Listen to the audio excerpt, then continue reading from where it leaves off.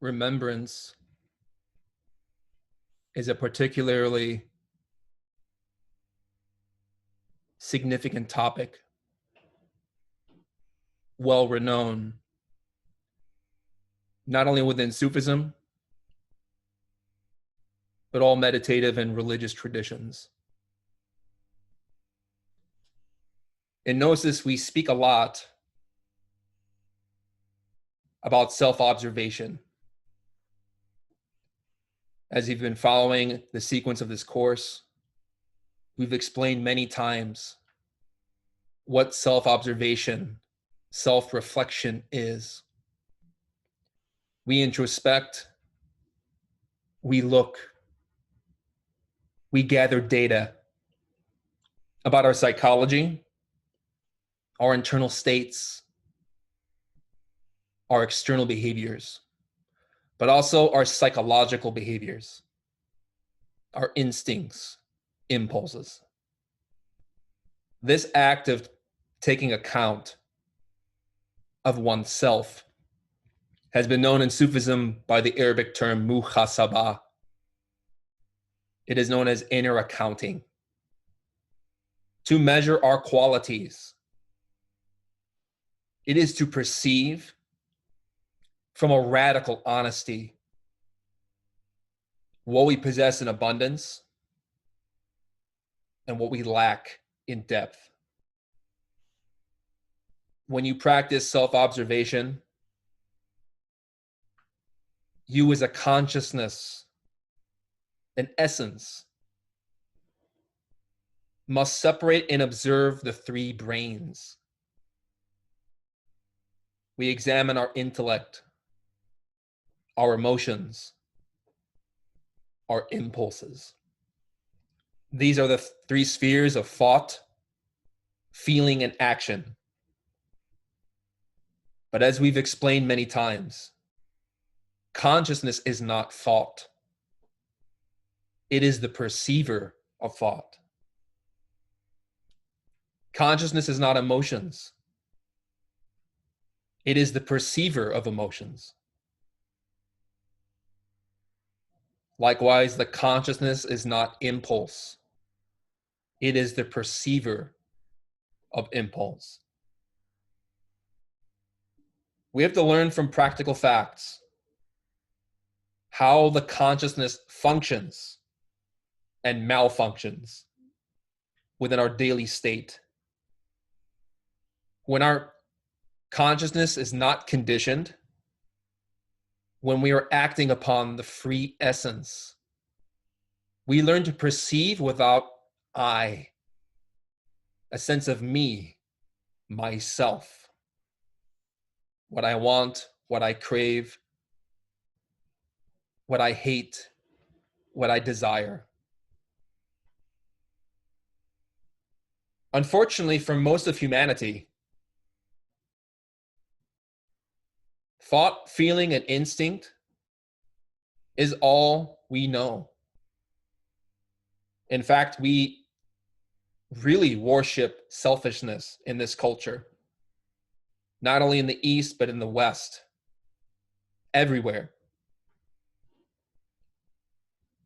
Self, as we've mentioned, is ego, the Latin word for I. It is desire. In Arabic, it is nafs, nafas in Arabic. While people proclaim that they are spiritual, that they have the spirit, God, inside, the reality is that all of us suffer from anger, from pride, from lust, envy, greed, laziness, gluttony. All of these qualities that we think are who we are in fact the obstacle to the remembrance of the divine, the experience, the direct knowledge. These qualities are ego, desire, conditions of mind. nafsu al-amara, as cited within the Quran, the soul that inclines to evil, to impurity, to conditions, to suffering. Even the term passion, which is commonly interpreted to refer to one's ambitions or dreams, one's desires, one's greatest qualities. In fact, in its original term means suffering.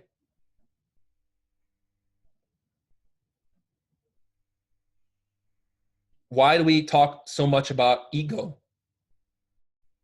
The self, what we are, what we think, what we do.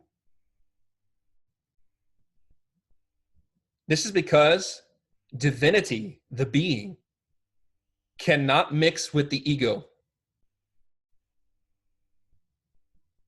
The spirit, the innermost, the divine, cannot mix with the devil. They are like oil and water. And if we're honest in examining ourselves through the practices of this course, we will recognize very clearly that we are a chaos. We are mixed with many impressions and cannot discriminate what we see, positive from negative, liberated from conditioned. This is why we meditate, to actualize serenity, as we stated in the previous lecture, whereby the disparate elements, the discord, the confusion within our psyche can settle. With serenity, with meditation, we allow the different elements of our conditions and our essence to stratify into distinct layers so that we can discriminate and understand what we are seeing, what we perceive. When you are calm in body, heart, and mind, the heaviness of the ego becomes still. It sinks. And meanwhile, the superior qualities of our perception in their elevation and lightness rise. This is how we learn to understand our daily states, our daily experiences. Without serenity, there is no remembrance. There is no recollection of divine states. This is why meditation is essential. You simply cannot discriminate or understand your life experiences, no matter how many philosophies we give and tell ourselves, if we are not meditating. You simply cannot be spiritual without actualizing the state of meditation itself, a state of serene perception that understands what it sees. Without meditative serenity, it is impossible to know the difference between objective and subjective states of being. If there is ambiguity, if there is guesswork, incipience, speculation about where we're at in this path, then honestly, we have to confront the fact that we are not spiritual. We are unconscious, asleep. To be spiritual is a very demanding term. It means to have the spirit incarnated. It means to have your very thoughts, your feelings, and your actions to be performed solely for others, not ourselves. The spirit, God, the being, cannot integrate with desire. Now, I like to point out that we should not get caught up in language, in semantics, while Sufi masters and poets have often translated desiring for God in many ways. In reality, they're longing for divinity.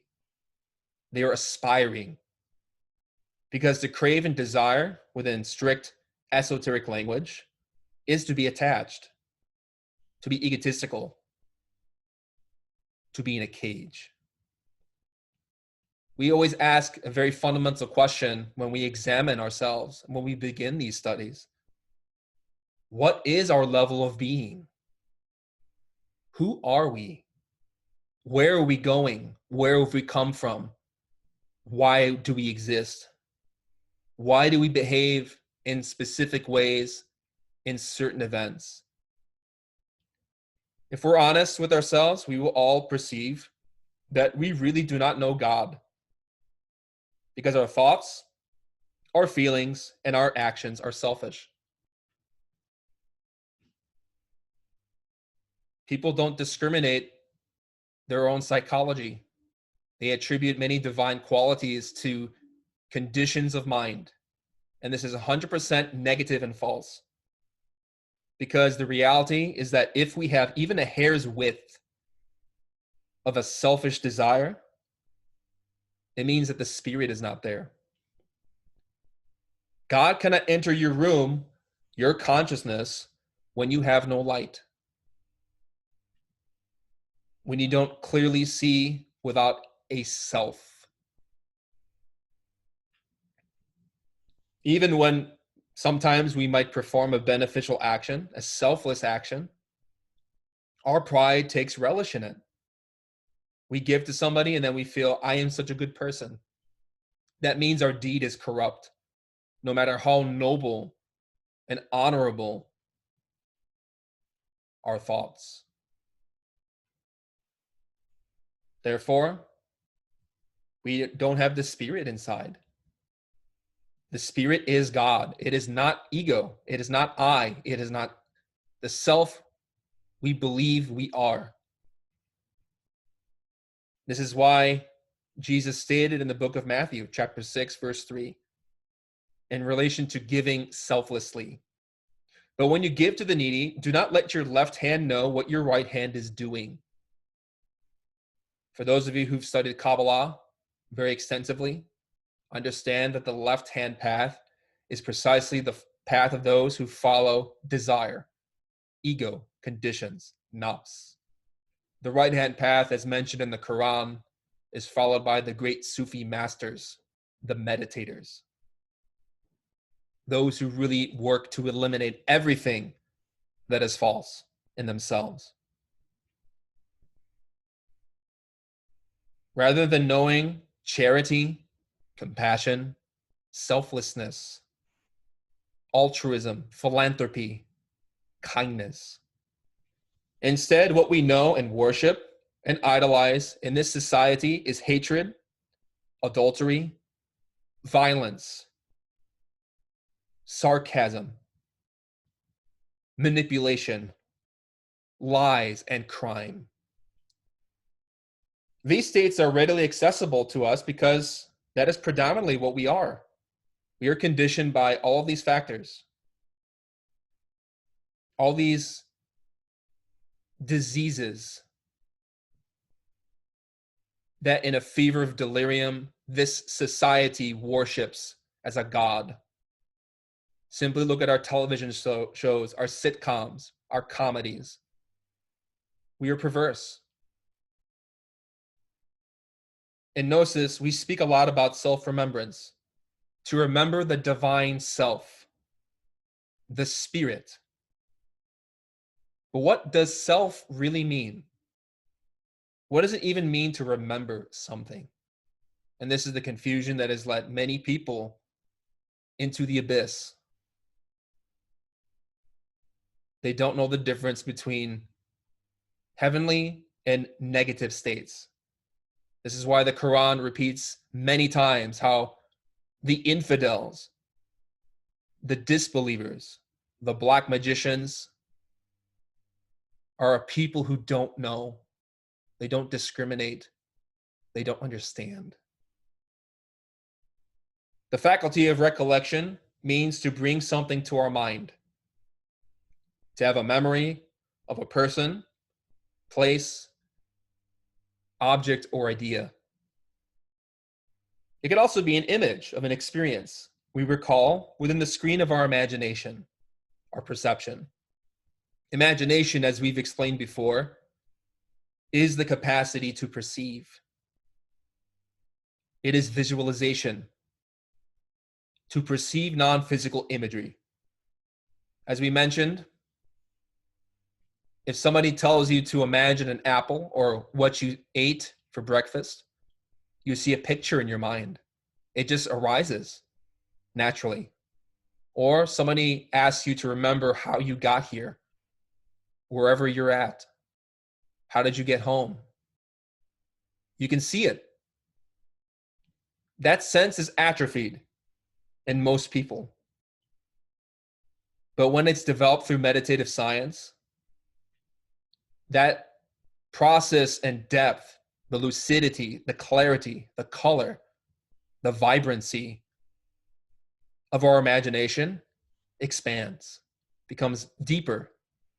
It allows us to really access worlds beyond the physical plane. Imagination does have to do with how we perceive impressions through the five senses, although physicality is merely just a sliver on the conscious spectrum of possible experiences.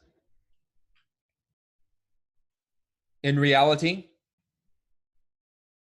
as we're observing ourselves, we are developing this faculty itself, the ability to perceive without conditions, without subjectivity, without fault. In truth, we can only remember what we've experienced. So the question becomes, as a sort of catch-22, how can we remember God when, for most of us, we don't recollect or know him? When you read the writings of Samael Vior, you hear about astral travels, out-of-body experiences, jinn states. And naturally, people become inspired.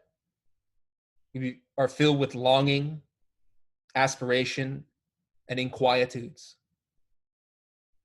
But also we might feel some craving and aversion, or even jealousy, attachment, and wanting to know these truths for ourselves. Now, while we really are in the dark and a lot of suffering, it's also true that we all knew divinity to some degree. But because of our wrong actions, we've obscured that presence. In order to return to the divine, to repent, al-tawbah in Arabic, we have to purify the consciousness, to reflect and experience the being within ourselves. As the Prophet Muhammad relates in the Hadith, the oral tradition of Islam, that the heart is a marvelous organ that when it is perfected, illuminates everything of our psychology. The initiate Rumi, the great Sufi poet, also stated, "Do you not know why your mirror does not glitter? Because the rust is not cleansed from its surface. Through remembrance and meditation, the heart is polished until the mirror of the heart receives virginal images." Like Prophet Muhammad stated, the polish of the heart is dhikr, remembrance of God. Metaphorically, we are not virgin. We're not pure because we created the ego, nafs, desire. All of us were virgin at some point, physically and psychologically. Having a purity of mind, heart, and body that could reflect divinity perfectly. The spiritual work is about cleansing the heart so that we can receive within a polished, purified, and perceptive consciousness the superior worlds, the divine images of the heavens. This is imagination. When you're sitting to practice, you calm your mind, your heart, your body. You recollect the presence of your being. You concentrate fully upon your innermost spirit, praying for guidance. And when your mind is absolutely still, when there is no ripple in the mind, suddenly new images arrive. They flash. They appear, then disappear.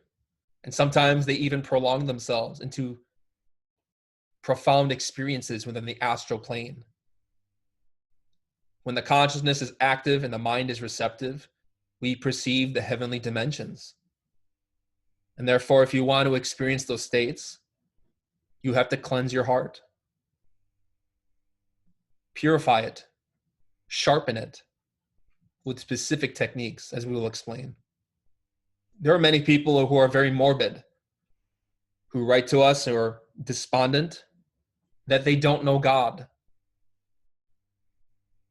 And they become filled with terrible pessimism, fear, doubt, despair.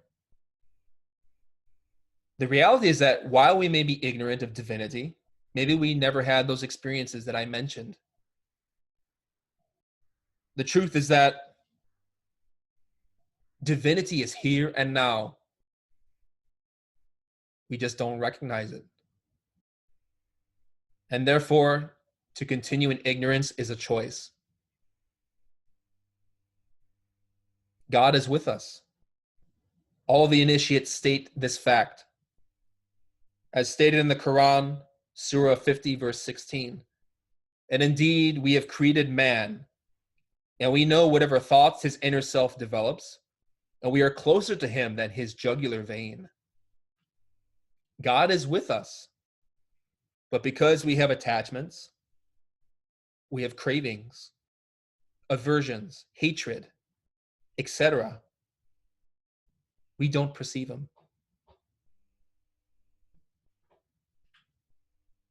What is the solution? What is the method? What is the path?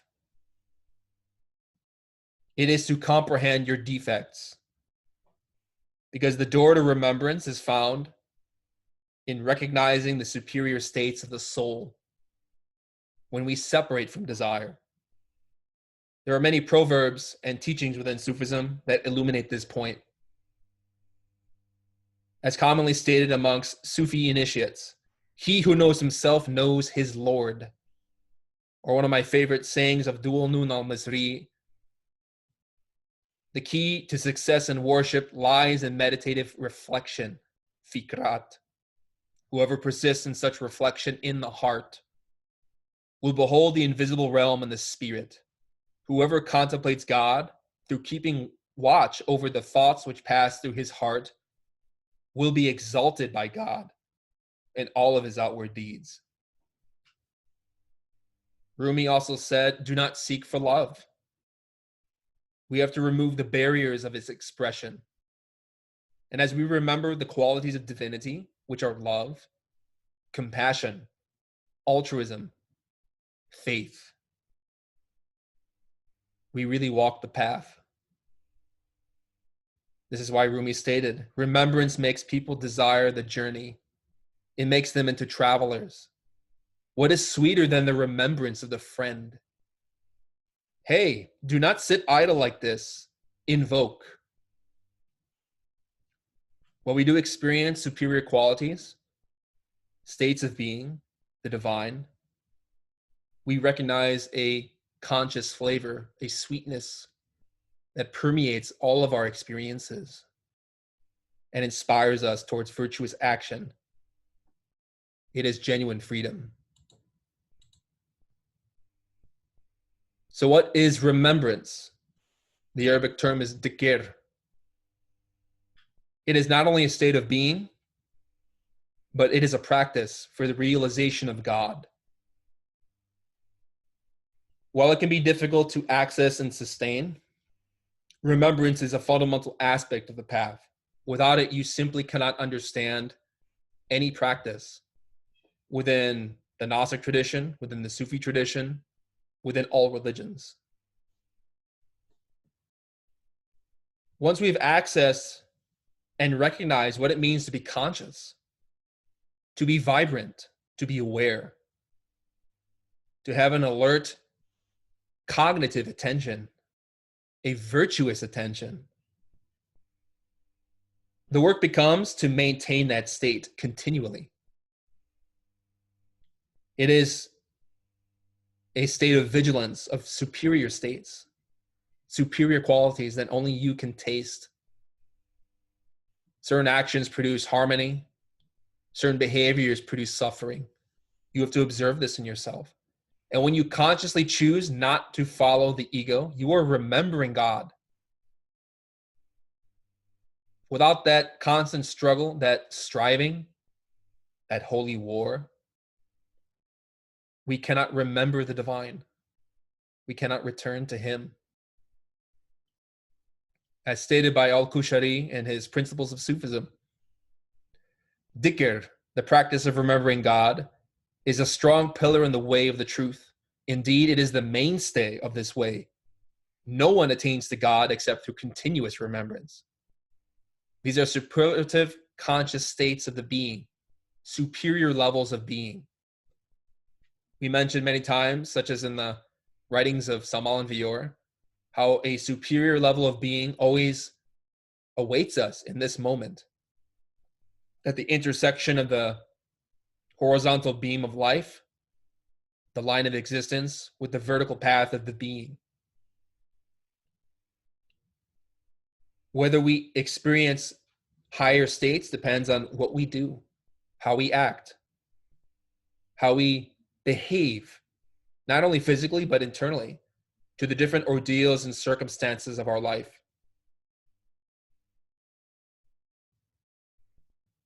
When we are tested with a violent situation, somebody approaches us with anger, how do we respond? What do we do?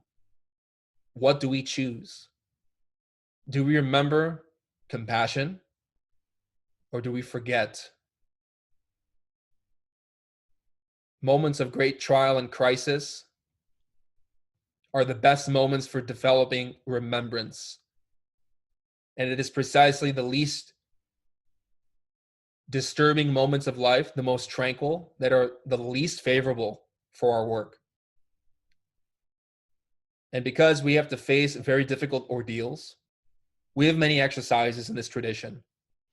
Remembrance is developed not only through self-observation and acting ethically, but we have many exercises that amplify our consciousness, deepen our remembrance, such as mantras, prayers, alchemy, runes, sacred rites for rejuvenation. There are many practices in Gnosis. By combining the appropriate psychological state with our spiritual discipline, we empower our consciousness. We give it energy. If your consciousness is weak, you cannot act ethically. You will not have control. You will not remember what to do. This is why energy, breath, transmutation, concentration, imagination are essential. These allow us to access superior states so that we can eliminate the impurities.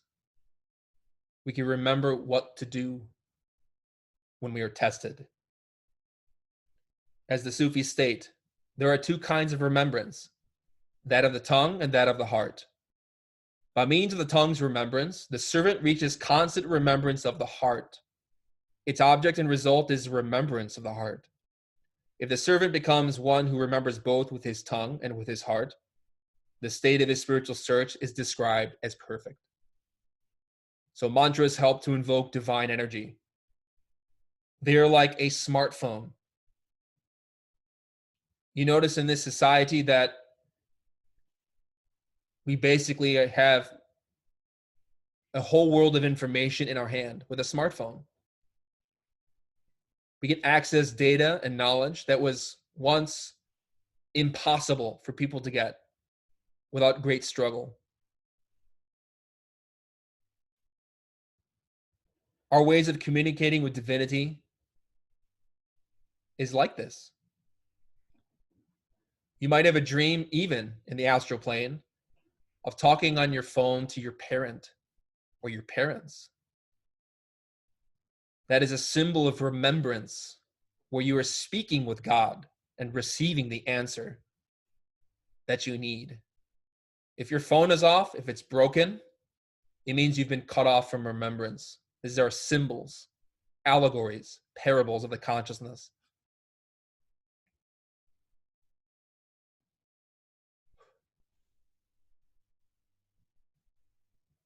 Invocation is dhikr, remembrance, to invoke, to mantralize, to pray. This is a form of communication and empowerment for our essence. Some people like to argue about what is better, silent or vocal recitation, whether to pronounce a mantra in the mind or out loud. The truth is that both are necessary. As Samal Vior stated in Esoteric Medicine and Practical Magic, one can articulate with the creative larynx, one can vocalize with his thought, and one can vocalize with the superlative consciousness of the being. It's good for beginners and even advanced practitioners to vocalize mantras out loud. That's because it strengthens our remembrance, our concentration. It's much easier to concentrate upon a mantra that you're vocalizing with your speech. There's also something energetic that happens when you pronounce sacred words, whether from the Arabic, Hebrew, Greek, Latin, etc. You charge your body with force, with energy. You give more battery life to your cell phone, so to speak. However, there's also silent mantra recitation to do it in one's mind. And this is especially effective for when you're in your day, you're not at home and you're at work or wherever you may be, that you can't necessarily have the solitude and silence of your own home, of a particular time to practice. If you're around other people and engage with life, silent mantra is very effective. You can pronounce it internally so that you stay focused on where you're at and what you're doing, and also what you need to do. This takes a lot more skill. Obviously, somebody who is just beginning is going to struggle with this. But with familiarity and practice, when you adopt a mantra and recite it mentally, internally, it opens doorways of understanding that are very deep of how to act and behave in life for the benefit of others. When you're really conscious, vocalizing all day internally, and also when you sit to practice at home, when you mantralize, when you pray aloud, you complement your development.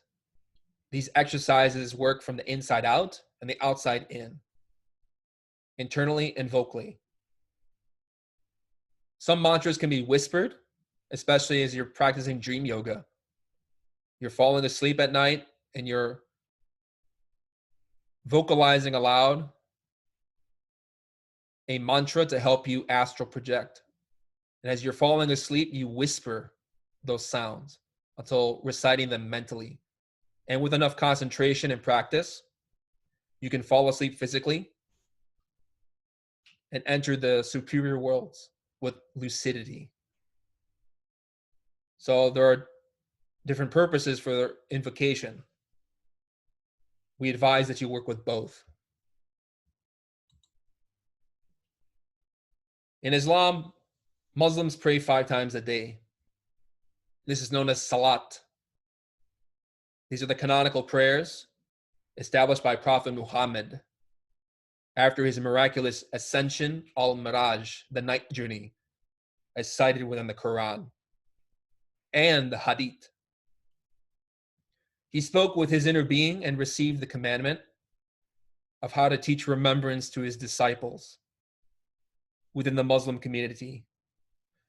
As Gnostics, we practice remembrance in every moment. I believe one Zen master was asked, "How long do you meditate?" And he answered, "When do I never meditate? Or when do I not?" Why is it that remembrance is an obligation for all moments of life, whether physically awake or in the dream state? This is because it is the only way to act properly, selflessly, consciously, whether in the material world or the superior worlds. We need to be in an awakened state, to be present, to be alert. This is why Al-Kushari states in Principles of Sufism, one of the special features of the practice of remembrance is that it has no assigned time. Indeed, there is no moment in which the servant is not commanded to the remembrance of God, whether it be an obligatory duty or a recommended one. The ritual prayer, though it is the noblest of all devotions, is not possible at some times, while the heart's remembrance is continuous in all circumstances. We have to be conscious wherever we're at, whether in the body or out of the body, because there are dangers. There are many ways, if we are not paying attention, that we can harm ourselves, harm others. Remembrance is a form of holy war. It is the monasticism of the Muslim, says Prophet Muhammad. As Al-Wasati stated, the best act of worship is watchfulness of the moments. This is because esoteric practices are only fruitful when we perform them with attention, when we're aware, when we remember what we're doing. If we're reciting a mantra but thinking of something else, it means that we're not paying attention. We're not remembering God. We're lost. We're distracted. Practices only have strength when we're building our conscious momentum. So when you're paying attention all day, and also when you sit to practice, you're going to have more strength, more depth, more clarity, more profundity, more facility with your discipline, your practices, your meditations. When you're constantly remembering your being, you have more energy. When you're restraining negative thought, negative feeling, and negative action, you have the force available, the reservoir of energy available by which to amplify the consciousness, whether through meditation, runes, mantras, alchemy, etc. Vocal remembrance, but also internal remembrance, complement. You need both. If you're lacking consistency in either one of those disciplines, it's something to reevaluate and to consider. If you want to advance further and more quickly, with more depth and with more understanding, you have to remember yourself. Don't forget where you're at. Don't daydream. And don't daydream when you practice. Now,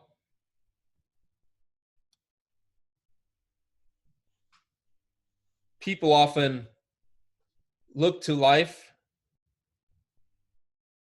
to acquire weapons, guns, or martial arts training as a means of self-defense, as a form of protection against danger. Now, the best protection in reality is to remember God, to recollect the presence and state of your inner God, your being, your virtuous qualities, your compassion, so that divinity can guide our will through the appropriate response to an impression. According to Samal Vior, he stated in Revolutionary Psychology, the best weapon that a human being can use in life is a correct psychological state. One can disarm beasts and unmask traitors by means of appropriate internal states. Wrong internal states convert us into defenseless victims of human perversity. You must learn to face the most unpleasant events of practical life with an appropriate internal uprightness. You must not become identified with any event. Remember that everything passes away. You must learn to look at life like a movie. Thus, you shall receive the benefits. You must not forget that if you do not eliminate mistaken internal states from your psyche, then events of no value could bring you disgrace. What is an example of this? You're at work and you have difficult clients. They're provoking your anger. And if you respond with hostility, with retaliation, you harm yourself, your clients, and your job. Mistaken psychological states, the ego, can exacerbate a problem and make it a million times worse.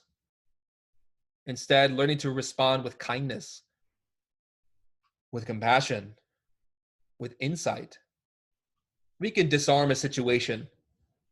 It is the ultimate form of warfare. The Sufis collaborate this point. They refer to remembrance as a sword with a sharp blade, wounding the transgressor and defending the virtuous. As Al-Qushayri states, remembering God with the heart is called the sword of the seekers. With it, the seeker slays his enemies and drives off troubles that are headed for him. Even if difficulty should overshadow the servant, his fleeing to God Most High in his heart immediately turns away from him the thing he hates. But who is our enemy? It is our ego, our pride, our hatred that does not want to be humble, our lust that craves to get what it wants at all costs, including at one's expense and the expense of one's neighbor. Jealousy, which corrupts businesses, families, religions, is an enemy. We have to be relentlessly compassionate to other people, but mercilessly cruel to ourselves. It is necessary to dissect our own defects with the terrible scalpel of self-criticism, says Samael Aun. This is holy war. When you remember to do the right thing and you actually do it, even though you are tempted to behave in ways that are really problematic. You sense it in the moment. You perceive it if you're observing yourself and remembering your being. You're perceiving this ordeal where someone is criticizing you, and yet you have a choice to follow a superior way of being by transforming the situation, or by reacting negatively, by not transforming the impression of the aggressor. When you transform your psychological state of anger, the situation evaporates. When you act compassionately or kindly in a sincere way to somebody who is very aggressive, we can disarm the problem. Really, self-remembrance is the best weapon. It is the best defense. It is the most proven to develop a very spiritual life, because through that type of action and work, by fleeing to God in our heart when we are really tempted to do something wrong, we receive empowerment. You sense the right way to behave. You intuit what to do. That is remembrance. And when you actually do it, you deepen your remembrance. This is the necessary thing to reflect upon. This produces the sweetness of devotion. When you're recognizing states of your being, superior qualities, when you're recognizing how heavenly states of consciousness produce happiness and negative states of consciousness produce sorrow, you develop real devotion, real prayer.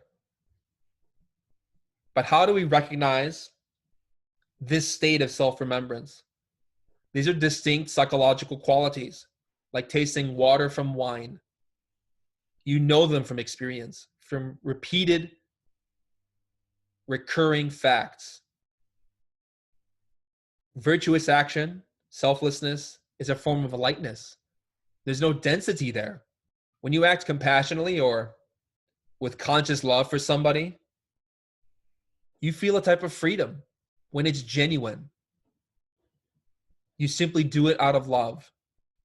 It is simple. It is not complicated. Now, egotistical states are different. They're selfish. We are more afflicted. We have a greater attachment to a sense of self. We intensify our suffering. We become complicated. Problems augment. They get worse. We don't see a solution. In reality, remembrance has a sweet quality. It is serene. It is beautiful. When you taste it, you will know it. It is so profound, so moving, and so persuasive that when you access it, you seek to experience it again and again. We do that by removing the conditions. Hassan al-Basri said, from the Principles of Sufism, seek sweetness in three things: in prayer, in the remembrance of God, and in the recitation of the Quran. If you find it, good. If not, know that the door is shut. The door of remembrance is found through honesty with oneself, not with other people necessarily, but with your own states, what you can measure, what you can test, what you can plumb, your own depths, your own psyche. Are your practices dull? Is your meditation superficial? Is it vague? Are things unclear? Are you uncertain about how a certain action in the day perhaps was the wrong one, but don't understand why? The reality is that when you're practicing remembrance, you are acting upon and recognizing the right way of being. When you see the virtues of your own soul, you feel sweetness, devotion. We show love of God because we love our neighbor as our inner self, our inner spirit. We have to be like a child, kneeling with humility, as you see in this image.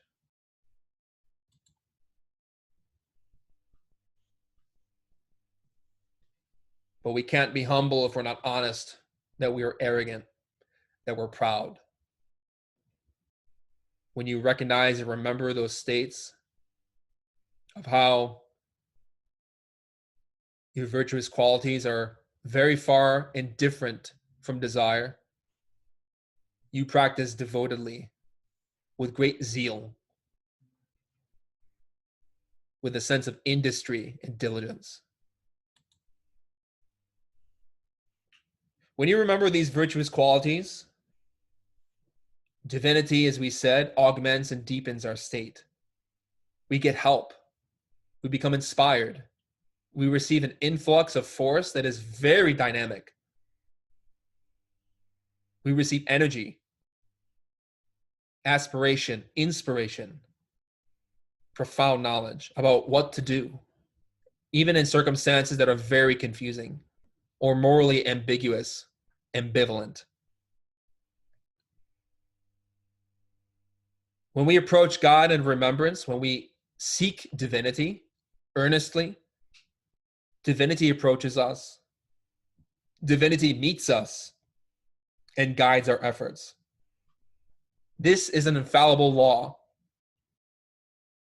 As stated amongst the Sufis, within all Risala Principles of Sufism, about this fact. Another special feature of remembrance is that it produces remembrance in response. God Most High has said, remember me, I will remember you. from Surah 2, verse 147. According to a hadith, Gabriel said to the messenger of God, God Most High says, I have given to your community what I have not given to any other community. What is that, O Gabriel? The prophet asked. It is the saying of the Most High, remember me, I will remember you. He has not said that to anyone outside this community. But what does it mean that God will remember us? We spend a lot of time discussing the dynamics and expressions of consciousness, such as contraction and expansion, absence and presence, attention and awareness. If we work seriously to know divinity, our being gives us light, gives us experiences. This is not a belief. This is a fact. When you're really dedicated and are working earnestly, sincerely, your being works much harder to help you, to help us. This is corroborated in the Hadith, I believe from Bukhari.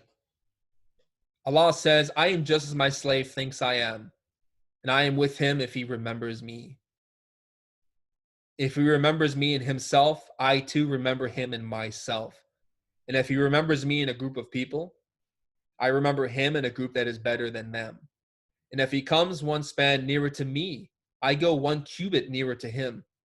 And if he comes 1 cubit nearer to me, I go a distance of 2 outstretched arms nearer to him. And if he comes to me walking, I go to him running. If he comes to me with sins that would fill the world without associating partners with me, I will welcome him with pardoning as big as that. We've spoken a lot about borrowed light, receiving help from the White Lodge and our own divinity. Sometimes we can access states of being that are not approachable or accessible for the beginner. We simply cannot do it on our own. But we often will get help through internal illumination and experiences, insights in our meditation to push us. And this precisely represents the principle I mentioned. For every effort you make towards your being, it becomes amplified. States of presence of being can come and go. Our consciousness can expand and contract according to our efforts, to our level. But the more familiar you become with what these principles of meditation entail and you apply them, as you get more competent with these exercises, you gain greater depth, greater vibrancy, more understanding. You simply perceive more than you could have on your own. And this gives us faith. As we develop our conscious capacities, divinity aids us. So therefore, if we have a very morbid attitude, very pessimistic, that we're not advancing in this path, we have to really evaluate our foundations to recognize what in us is keeping us locked in hell. You do it by evaluating your heart. Remembrance is not a cerebral exercise. It is the doctrine of the heart. As Al-Qushayri states, in one of the holy books it is written that Prophet Moses said, O Lord, where do you dwell? God Most High revealed to him, in the heart of my believing servant. The meaning of this is the indwelling of remembrance in the heart. For the truth, may he be glorified and exalted, transcends every kind of inhabiting and incarnation. It is only the affirmation and attainment of remembrance that is intended here. So who is Allah? It is the absolute abstract space, as we've mentioned many times. The cosmic space does not incarnate. Instead, when we remove all the conditions and baggage from our consciousness, we remain within God's spacious luminosity, profundity, a limitless presence.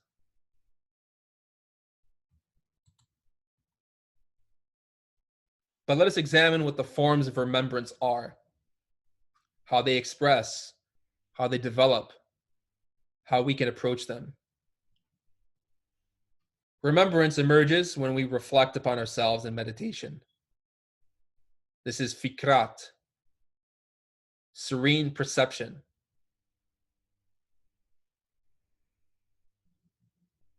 From the field of reflection, the field of remembering God is born. God the Most High says, only those who remember turn to God in penitence. Surah 40, verse 13. This is from Abdullah Ansari of Harat, from the Stations of the Sufi Path. When you remember to fulfill your esoteric exercises, you turn in repentance. You turn in contrition, humility towards divinity. We practice because we want to look for answers to our problems, to our sufferings. Without reflecting or taking account of our defects, without analyzing them, without understanding them, we won't gain access to superior states of being because we will be identified. Our identity will be trapped in a sense of self, in a cage, within pride, lust, vanity, greed, laziness, gluttony, etc. Let us continue with this quote. Remembrance is to bring to mind what one has received and accepted. The difference between reflection and remembrance is that reflection is seeking, but remembrance is finding. So when we enter meditation, we concentrate within an intensified, clarified state, within a serene depth of stillness. We can learn to reflect the wisdom of divinity within our imagination. This is the state of meditation. When you stop thinking, rationalizing, churning with emotion, we suspend our senses. We withdraw our consciousness from our sight, from our hearing, taste, touch, smell. We even withdraw from thought, from instinct, from desire. This is a profound conscious activity. It is a form of striving when we gently withdraw our attention from the distractions of our intellect, of our ego. And when your mind is still, when it's calm, you can begin to imagine, to receive images that do not originate from this physical world, but from the superior dimensions. When you receive knowledge, images, experiences within the screen of your consciousness, when your body is at rest and completely forgotten, you are accessing a state of remembrance. When you consciously apprehend the truth of your being, whether through a samadhi, an ecstasy, an astral projection, you learn to subsist through a state of remembrance because you've accessed your true identity. You're not distracted. You're not lost within a chain of associative thinking. You are firm in remembering your perception. There is no I there. There is no self. It is clear seeing without a condition at all. Recognizing this state requires a lot of practice because we have a lot of heaviness and dullness to our mind. But if you're diligent, you will remember what this state is repeatedly as you work. Let us look at what Abdullah Ansari of Harat states. Remembrance comprises three things: hearkening with fear to the divine warning, gazing with hope upon the herald who proclaims the friend's promise, and acknowledging with supplicant tongue one's indebtedness to God's beneficence. So as I said, remembrance occurs in many levels. We learn to remember ourselves here and now in the physical body, in the beginning. To not forget what we're doing. To recall and remember to act virtuously. And this later translates itself within the internal planes. When the physical body goes to sleep, if you're being very effective in your daily discipline, you start to awaken consciousness in the higher worlds, in dreams, out of the body. And in that way, we could be reprimanded through experiences from divinity. I know a lot of times we like to think that samadhi or ecstasy, superior states of being, are going to be blissful. And there is a state of bliss found when the ego is absent. But oftentimes we can be given experiences not as a compliment, but as a warning to help us be very firm, to have awe, to have reverence. When they talk about fear of the divine, they're really referring to reverence, respect, to love God so much and remember the ethics of divinity that one is afraid to act with ego. This is a conscious quality. This is not egotistical fear. This is awe, reverence, and respect. Diligence to act uprightly. Remembrance of the truth, the verity, the veracity of the prophets. Their honesty is also another form of remembrance when we really verify what they are teaching, whether from the writings of the Sufis or Samal and Vior or whomever. We recognize and understand the authenticity of what they teach, the principles from experience. This is also a form of remembrance, to recall the teaching in all aspects and times of our life. And also remembrance has to do with our verb, especially when we show other people how to change, to show them the way, and to be grateful to divinity through prayer for the help we receive. These qualities strengthen us. They give us fortitude. They give us encouragement. They give us inspiration.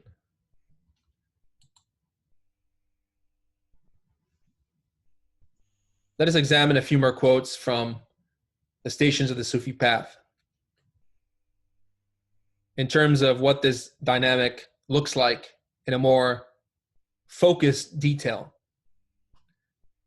Remembrance through fear is in respect to three things: fear of what is hidden within the practical application of ethics and the prophet's habitual practice, being fearful for the unseen outcome, and remorse for the time and moments spent in distraction. So we must remember to act ethically. We do so by studying the teachings, by learning the practical instructions, the scriptures, the writings, the prophetic traditions, whether from the life of Prophet Muhammad or the life of any initiate who's really a master of major mysteries, someone with a lot of development, a prophet. As we said, to fear is really to have awe. In Hebrew, it is pechad, to have reverence and respect for the commandments of the being. And then if we act incorrectly, we will suffer unforeseen consequences. We will suffer. What are these unforeseen consequences, these outcomes? Eventually, in our practice, we learn to awaken in the internal worlds. We can receive prophecy, premonitions, visions about what will happen in the future, warnings about how to act in our daily life in preparation for great trials, great crises. In terms of this type of remembrance, this type of longing, this profound inspiration in recognizing the truth of our dreams, I can relate a brief experience that I had this morning. I woke up in the astral plane and my inner being showed me Arcanum 35 from the Sacred Tarot. These arcana, these laws, these cards demonstrate principles of nature about our particular path, where we're at, what we need to do, but also the dangers and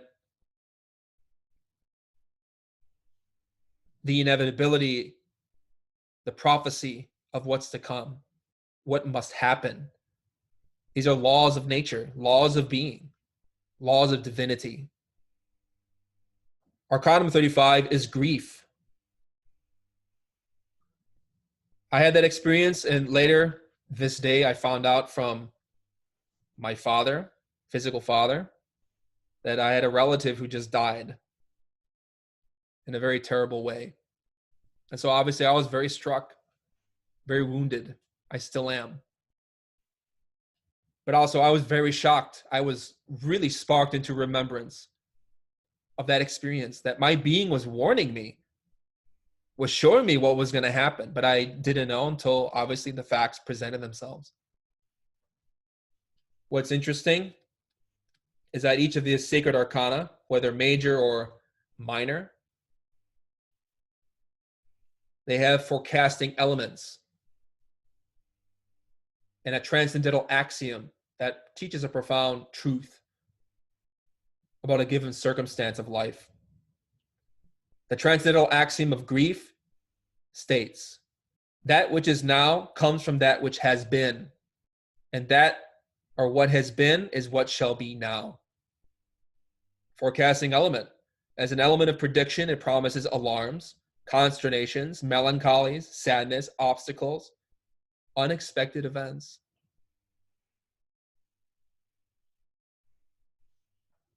When you recognize how your visions come true, it really sparks you into remembrance. You feel that tremendous amazement about how one can know or intuit these things before they happen. It gives us faith. But in relation to this axiom of this 35th arcanum, that which is now comes from that which has been, and what has been is what shall be now. This experience really reminded me of death. Eventually, we all have to die. We will pass. So we should really remember ourselves, to remember our purpose, for why we work, why we study Gnosis, why we apply it, why we yearn for God. Death is inevitable. And so we should learn to respect divinity, who can guide us when things are really hard. So we should really spend more time in remembrance than in distraction. We should not waste time doing frivolous, superfluous, stupid things, wasting time. We should really be practicing more. But what is remembrance through hope, according to Abdullah Ansari of Harat? Remembrance through hope is in respect to three things: sincere repentance, caring intercession, and luminous mercy. Repentance is a form of remembrance because we find solutions to our sufferings. Therefore, we learn to act appropriately. We also remember divinity whenever we are visited by our being. Whenever the initiates of the White Lodge, of the astral plane, the prophets, the divine beings, they intercede for us. They help us. They give us wisdom and knowledge. What is luminous mercy? When we recognize how divinity has blessed us through a heightened and intuitive perception, we feel brightness, we feel hope, we feel inspired. We long to change, and we are encouraged to keep moving, to advance. We know the benedictions of divinity through an intensified clarity, a quickening of our perception, our conscious abilities. Abdullah Ansari of Harat continues. Remembrance and supplicant neediness is in respect to three things: continuous invocation, familiarity with that pre-eternal grace that heralds joy, and an open heart gazing upon its Lord. Remembrance, dhikr, invocation, prayer, mantras should be practiced in all moments of our life, internally and verbally. Samal Vera mentions that an occult medic, an esoteric Gnostic healer, an initiate should vocalize an hour a day. That gives one substantial force and energy by which to really cut through illusion. But also internally, we should mantralize throughout all moments of our daily existence. Familiarity with pre-eternal grace, divine blessings, occurs in mystical experiences, through a samadhis, through prophecy, through when the body is asleep and you are speaking face to face and receiving knowledge from your being. That is familiarity with pre-eternal grace. That divine compassion that is really timeless. Our heart also opens when we see divinity in the superior worlds, when we gaze upon him through the symbolic language of dreams, through direct perception. Inner self-remembrance has to do with our human machine, as we've come back to many times. We have the 5 centers, as we've illustrated in different lectures. We have our intellect, emotions, movements, instincts, and sexual drives, or the intellectual brain, the emotional brain, and the motor instinctive sexual brain. These are the centers through which our ego acts. This is where our defects manifest and express. If we're watching the processes of our thinking, our feeling, and our behaviors, we learn to control the mechanicity of our life. We stop being machines, stop being unconscious automatons, and instead learn to act with intelligence, with creativity, with genius. Inner self-remembrance has to do with 2 superior qualities: the superior intellectual center and the superior emotional center. These are spaces in which we receive knowledge from divinity, whether through intuition, whether through superior ideas or imagination, comprehension. The ego cannot act within the superior intellectual center, nor the superior emotional center. These are distinct qualitative states that you have to verify in yourself. In daily life, they have the same quality as dreams. Conscious visions, better said, not dreaming, not ego, not desire, not projections of the mind, but they're a profound activity that is a receptivity. When you activate these superior centers, you learn to receive wisdom and intuitions and knowledge that have nothing to do with our common everyday associative thinking, our churning emotions, nor our passionate drives, our impulses. These 2 centers are very important for meditation, and they function in us when the consciousness is developed. Only the data, the wisdom, the intelligence from the being is processed here. When we are really connecting with divinity, we are learning to access these centers, to receive insights, understandings. Samuel Alvera states the following in Treatise of Revolutionary Psychology that emphasize everything we've stated so far, and how our own ego is the obstacle to enlightenment.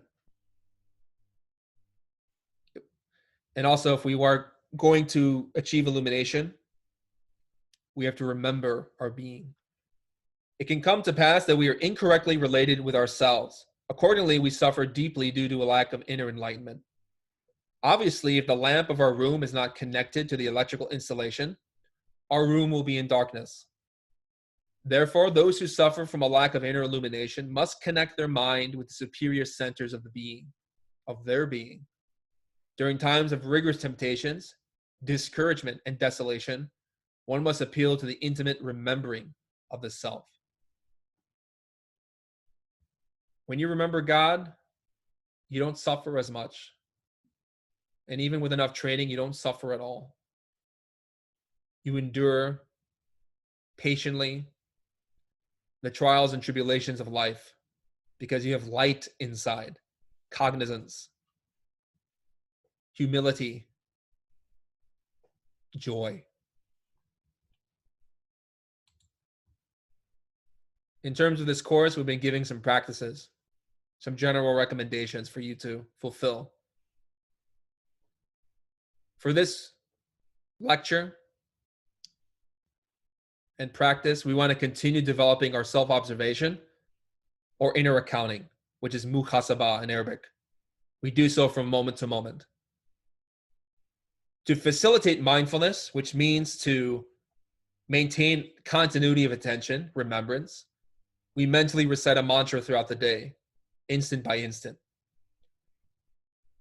So there are many mantras in this tradition, many traditions, but you'll find an abundance within the writings of Samal and Vior. I recommend you study the Perfect Matrimony, especially for many exercises and mantras that can help you. But if you pick up pretty much any book from our teacher, the Master Samael, you'll find exercises and mantras that aid in this process. And then likewise, every day, vocalize a mantra for 30 minutes to an hour. Adopt the meditation posture, relax completely, then focus 100% attention on your vocalization.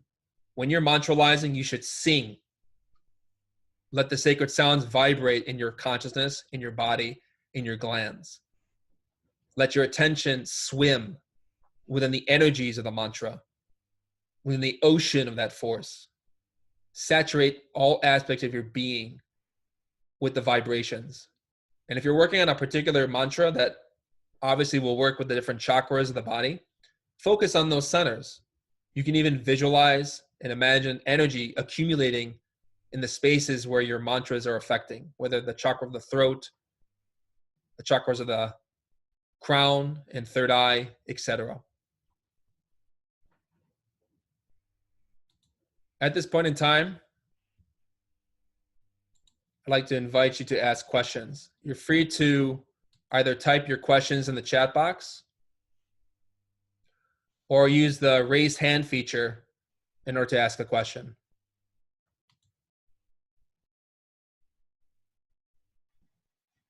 Hello. Hi. Hi, good evening. Good evening. Thank you so much for this really great lecture. It was really timely for me because I've been spending most of my time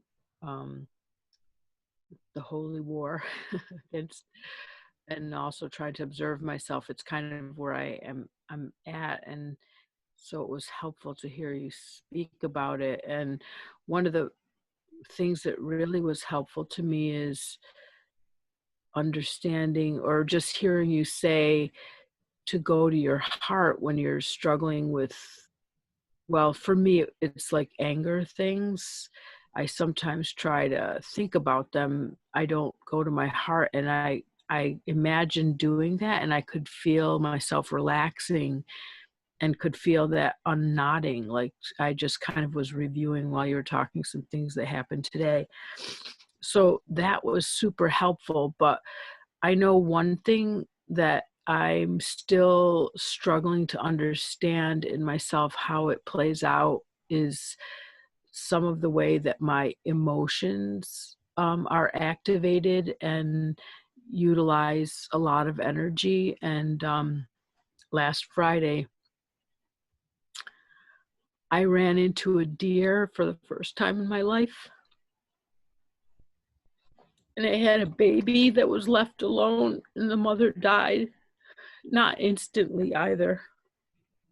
But I was just undone for the whole day. And I don't know where to put that, because if I put it in my heart, it seems like that part's already working in the wrong way. I'm not looking at it the right way.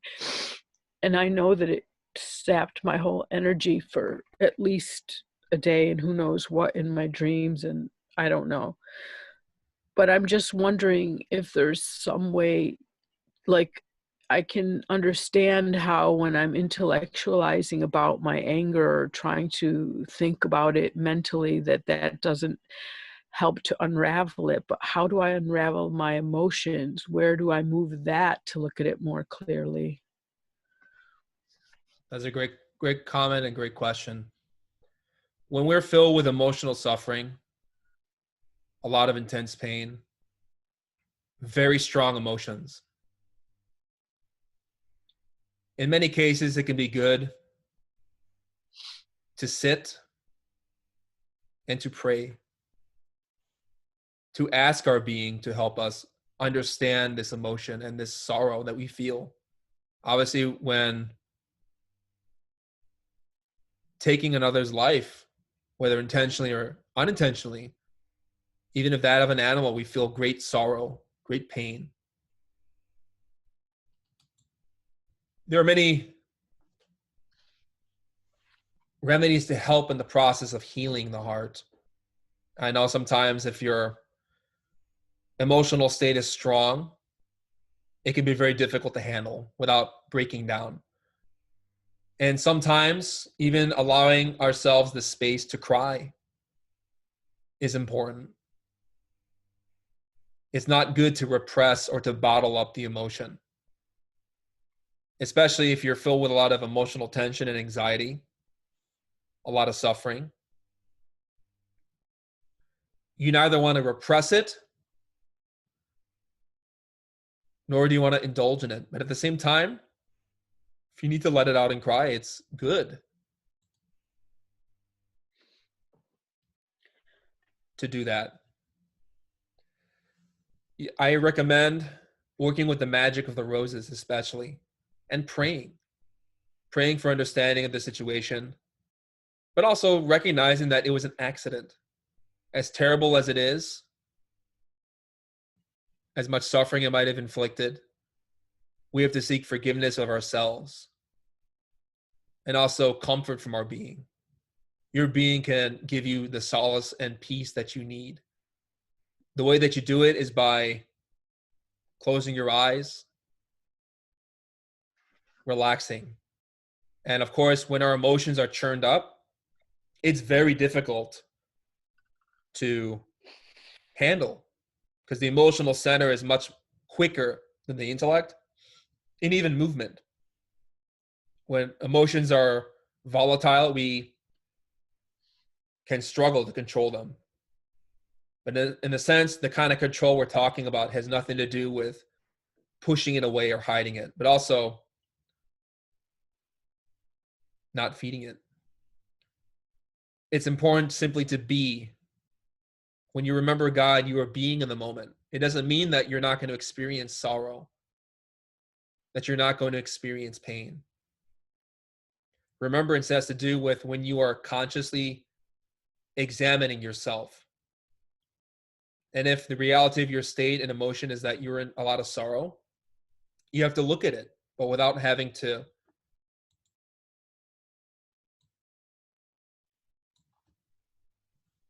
try to gag it. It simply doesn't go away. So don't hide it. Look at it. Sit with it. And sometimes if it's too difficult to overcome it, if you are really struggling with your emotions, it could be good to take a break, practice in short sessions.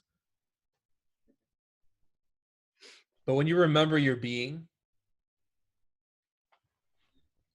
when you access his compassion for the state of affairs, for yourself, you can learn to find peace. You have to learn to forgive yourself. Sometimes, I know in these studies, we like to say that we have to be cruel to the ego, cruel to desire, to examine ourselves with the scalpel of self-criticism. But this does not mean that we become morbid and pessimistic, filled with egotistical shame. Remorse is something else, a conscious quality in which we are no longer identified with the situation. We have to learn to forgive ourselves, to have compassion for ourselves too. This is not identification. It has nothing to do or relates to, necessarily feeling good about ourselves, but instead it gives us a space to recognize that we are not perfect. Only the being is perfect.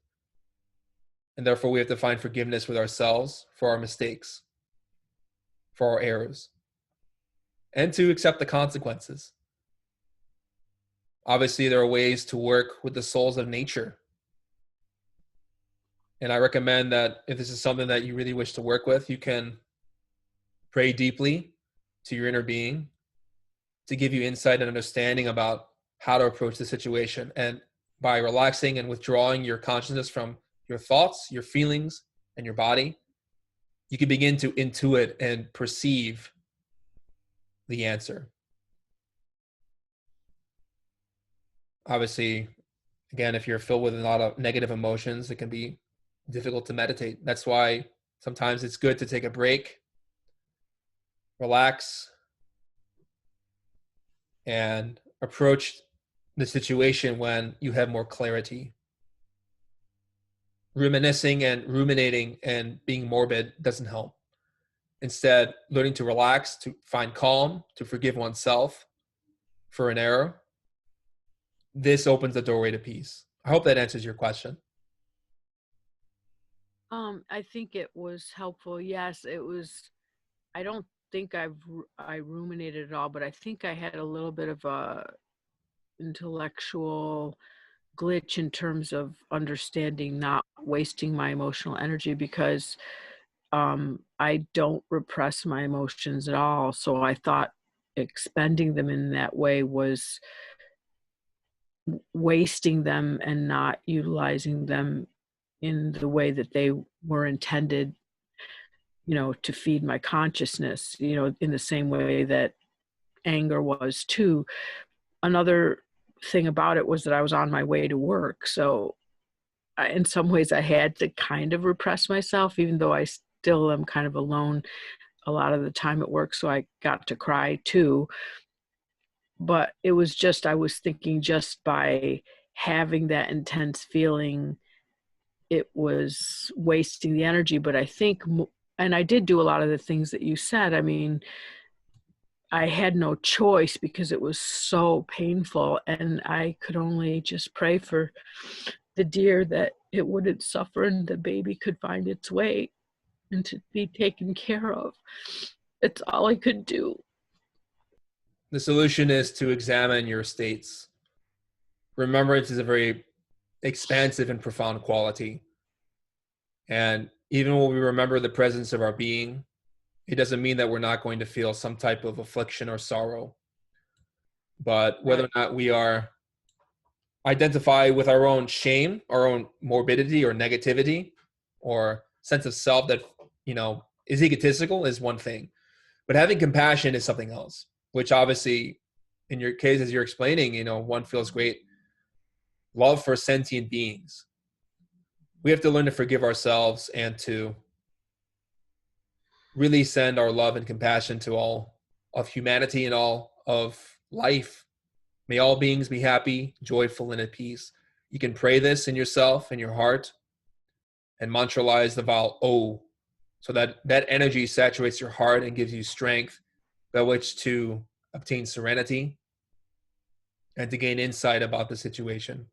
So you have to realize that this situation was not intentional. You have to forgive yourself. Thank you. You're welcome. There's some comments in the chat box. Someone is asking, should we work with the practice of the key of soul, with prayer and transmutation from moment to moment?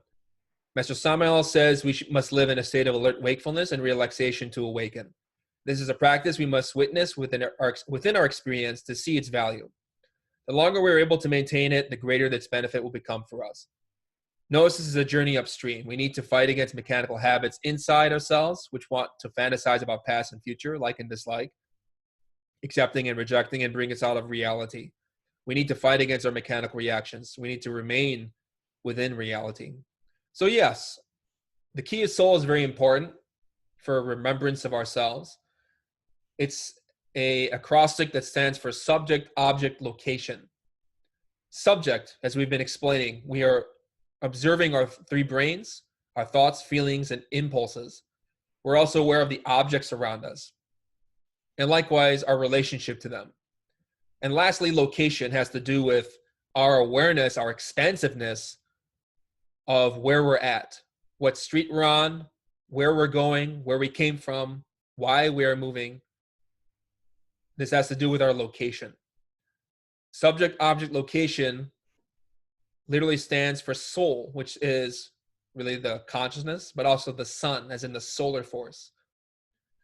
As we're expanding our consciousness and remembering who we are and where we're at, our unconscious states, our defects, observing them, we're also remembering to be present and to perceive our surroundings and location. This is a state of prayer. Remembrance is the best prayer, where we really work not to be distracted by anything outside of us or within us, just to be attentive and aware at all times. Transmutation, as we've explained many times, the work with breath, pranayama, runes, sacred rites of rejuvenation, energy helps to empower our consciousness from moment to moment. So this helps us to be alert and wakeful, because if you don't have conscious energy to empower your practice, you're not going to be attentive. You'll forget things. So this is a qualitative state you have to witness again and again to really understand its value, its purpose. When you see the benefits of it, then you really push to maintain it. If not, it's just a theory. Someone asked for some practical examples of how self-remembrance occurs during the day. The question is, can you give us examples of how you self-remember during the day? In the beginning, did you use external reminders like your phone or watch? I find myself so quickly in a sleep state, yet the will and love for God is so strong. Yes, some practical examples of remembering ourself can involve some external factors. I know some people have liked to use a stopwatch or a reminder on their phone every hour or 30 minutes or 10 minutes, whatever the frequency is desired, to remember oneself as an alert shock and recognition that one needs to be practicing. Self-remembrance is practice and developed throughout the day in accordance with our exercises. So for some of us, we might like to get up early in the morning to do runes. For me, I like to meditate at 4 in the morning. Sometimes I get up at that hour naturally.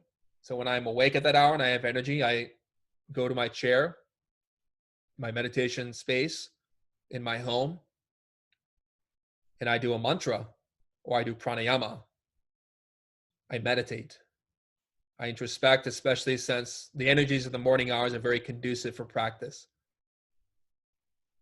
Oftentimes, to really self-remember throughout the day, we have to remember to practice. Have a set schedule that we know we can fulfill.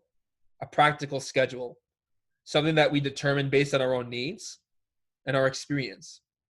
Whatever exercises are most conducive for us, that we need the most, we learn to practice them consistently.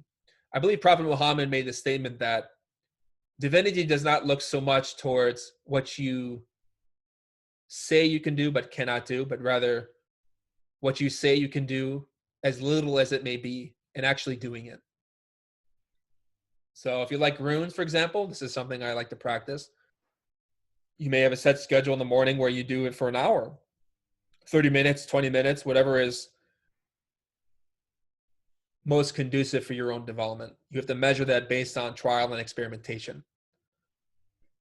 Other people may be more dedicated with working with the sacred rites for rejuvenation, the Viparita Karnani Mudra, certain mantras that they dedicate an hour a day or a certain time throughout their schedule in order to every single day remembering to do those practices. Those exercises are an anchor. Those are meant to really situate ourselves and our perspective and our practices so that we're more focused, so that we can approach the daily problems of life with greater efficacy. I know in my last job, I like to spend my breaks. I'd have an hour and a half of time free at work in my own office. I would do runes. I did an hour and a half of runes, especially before I would meet with clients and do my work. And I'd have a lot more energy by which to remember myself.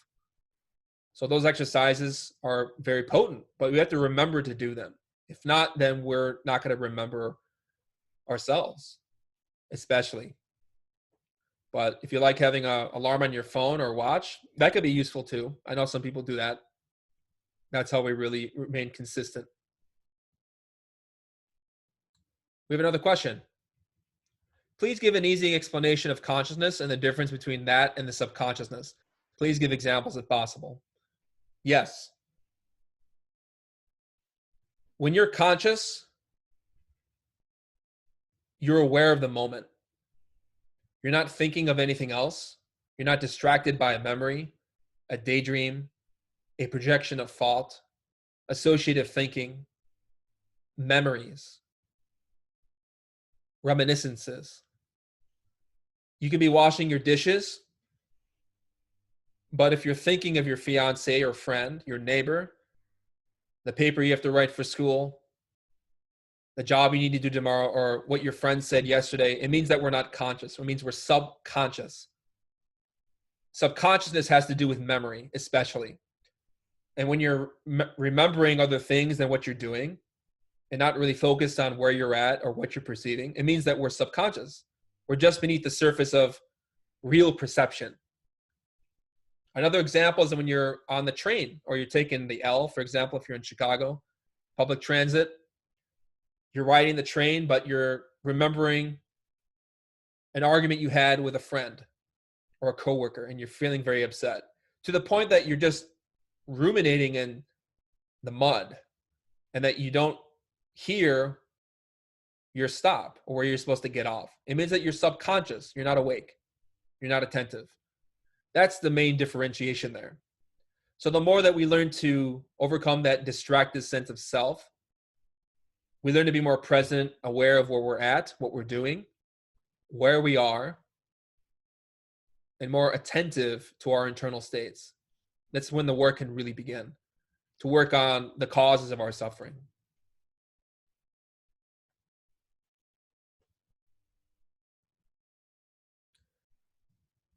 Are there any other questions?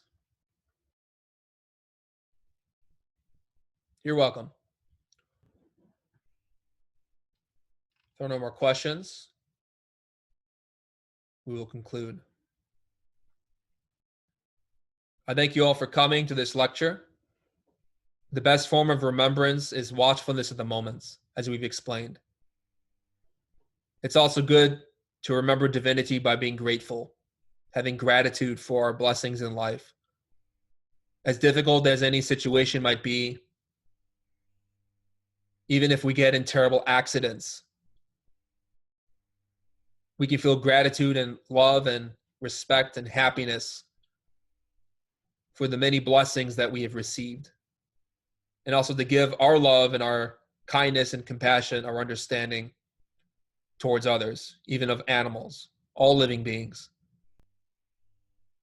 I invite you to reflect on these principles and to remember your being, who is the source of life, to have gratitude for all that we have received. I thank you all for coming.